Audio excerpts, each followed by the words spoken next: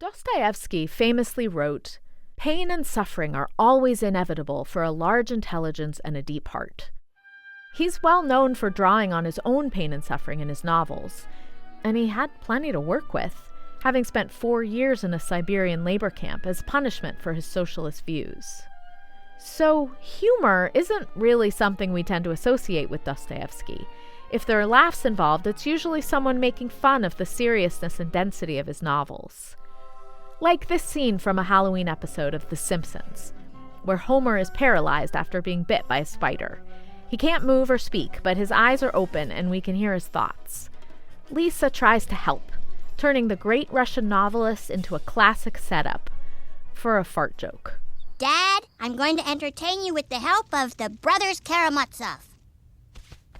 Alexei Fyodorovich Karamazov was the third son of Fyodor Pavlovich Karamazov, a landowner well known in our district in his own day, and still remembered among us owing to his gloomy... Oh my God, she's still on the first sentence! Must make her stop. How to express my...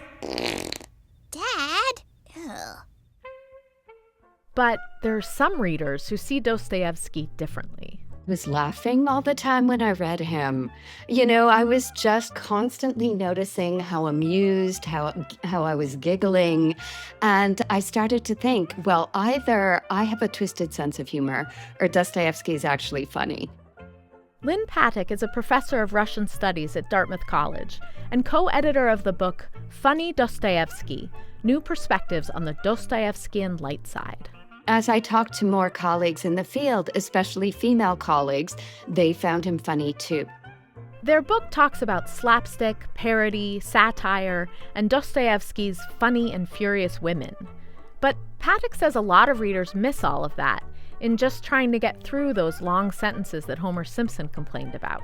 You may be so wrapped up in working out the more complicated sense of what his characters are saying, that you miss the really humorous form that they are saying it in. I asked her for an example of what she found funny, and she told me about this scene in The Brothers Karamazov, where Dmitri is on trial for his father's murder, and he's responding to testimony from a household servant. "Except about the door, all he has said is true," cried Mityal loudly. "For combing the lice out of my hair, I thank him. For forgiving me my blows, I thank him. The old man has been honest all his life and was as faithful to my father as 700 poodles." "Watch your words, defendant," the judge said sternly. "I am not a poodle," Grigory also grumbled. "Then I am a poodle," cried Mityal. "If he's offended, I take it upon myself and ask his forgiveness. I was a beast and cruel to him." Readers, I think, just completely overlook this, They don't take it in how strange and comical it would be if someone who's on trial for murder calls themselves a poodle. Oh, hi, Poodle. Bye, Poodle. Patek says that's just how we've all learned to read Dostoevsky. Before his imprisonment, he actually wrote vaudeville plays and comic short stories.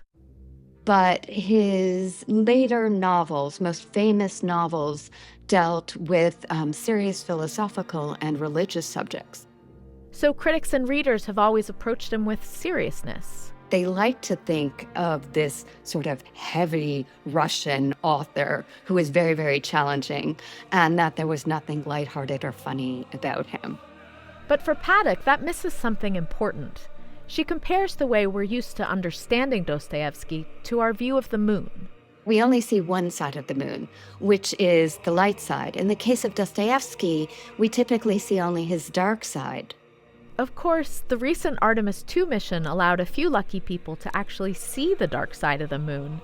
Here's astronaut Christina Cook in an interview from space. Last night, we did have our first view of the moon far side, and it was just absolutely spectacular.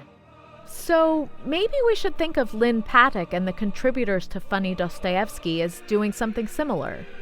They've journeyed to the other side of Dostoevsky, and they want us all to see the light.